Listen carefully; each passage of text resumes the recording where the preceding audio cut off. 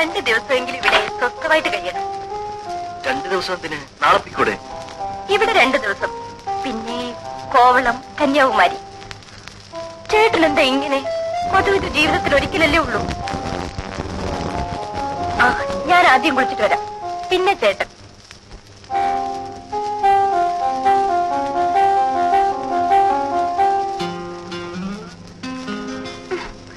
ഇപ്പൊ എന്നെ നോക്കിയാ മതി.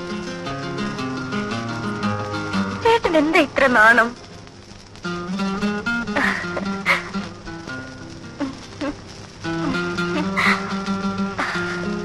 അമ്മ ഒരു കാര്യം പറഞ്ഞു. ഏതമ്മ? ചേട്ടന്റെ. എന്തു പറഞ്ഞു? പറയാം, ഇപ്പോഴല്ല, എങ്കിലും. ധൃതിയോ?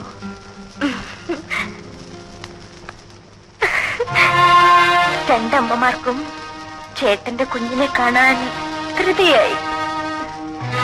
നീ പോയി കുളിച്ചിട്ട് വരും.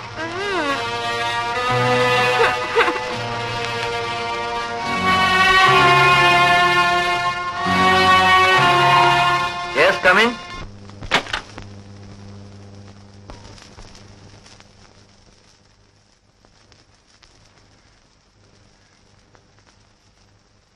ഇനി എന്തെങ്കിലും വേണമെങ്കിൽ ബെല്ലടിച്ചാൽ മതി. ശരി.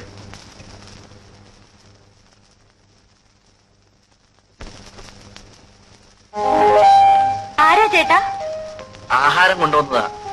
ആ, ബ്രെഡ് റോസ്റ്റും കട്ട്ലറ്റും എല്ലാം കൊണ്ടുവന്നിട്ടുണ്ട്. ഇനി വല്ലതും വേണോ? അതൊന്നും പോരാ. പറയൂ, ബെല്ലടിക്കാം. ഈ ചേട്ടൻ എനിക്കെന്താ വേണ്ടെന്നറിയില്ലേ? ആപ്പിൾ ജ്യൂസോ? എന്തെങ്കിലും ആകട്ടെ. ആ, വരട്ടെ, പിന്നെ മതി.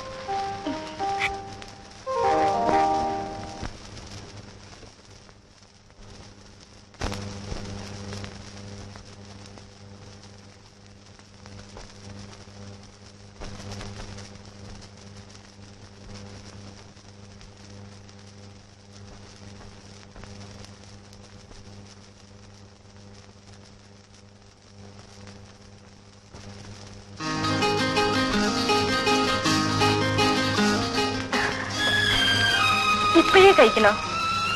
ആ ജോലി തീരുമല്ലോ. ഇപ്പൊ വേണ്ട, കുറേ നടന്നതല്ലേ, നമുക്കൊന്ന് കിടക്കാം.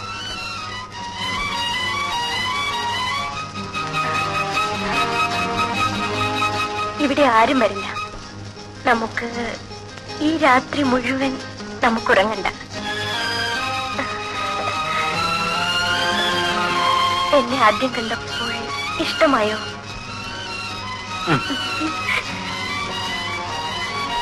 കല്യാണം കഴിക്കാൻ എന്തായിരുന്നു മടി? ചേട്ടന്റെ വീട്ടിൽ കൂട്ടുകാരനിപ്പോൾ പൊടി പൊടിക്കായിരിക്കും.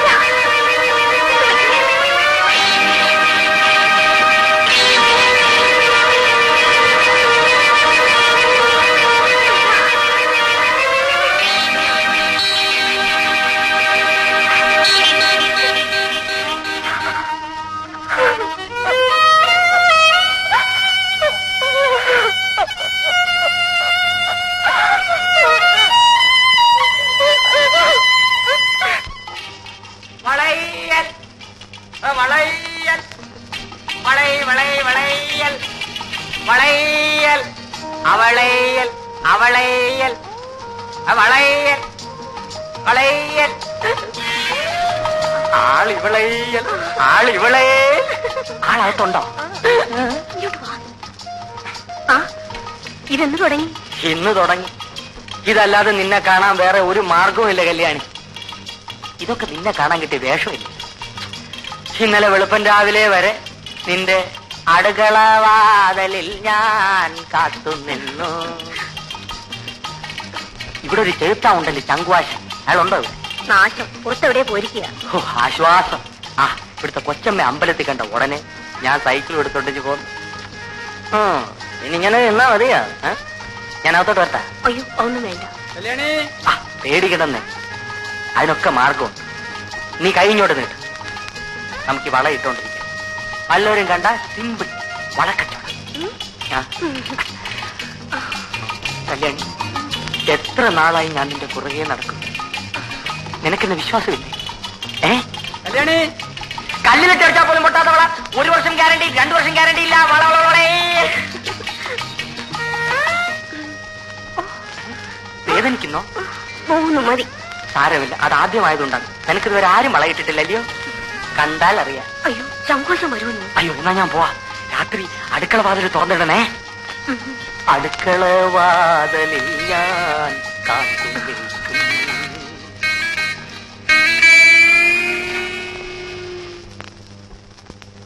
ഇന്ന് ഞാൻ വാതിൽ തുറക്കും.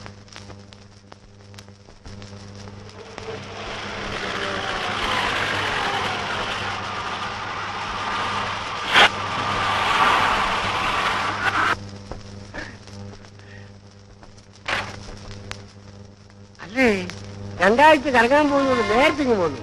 എന്ത് പറ്റി? ആ ബാഗ് എടുത്തകത്ത് വെക്കും.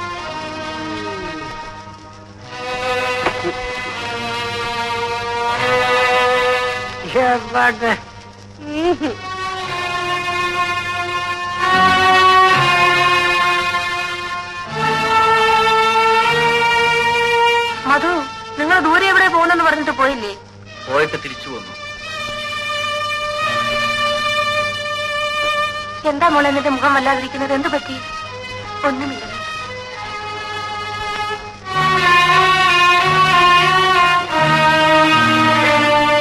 ഈശ്വര, ഈ പിള്ളേർക്ക് എന്ത് പറ്റി?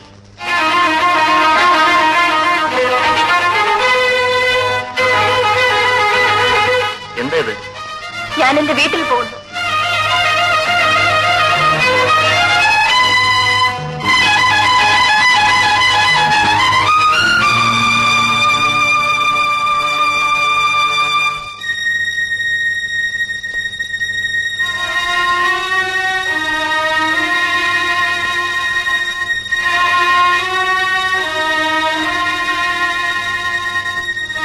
ഞാൻ വീട്ടിൽ പോകുന്നെന്ന് പറഞ്ഞത് കേട്ടില്ലേ?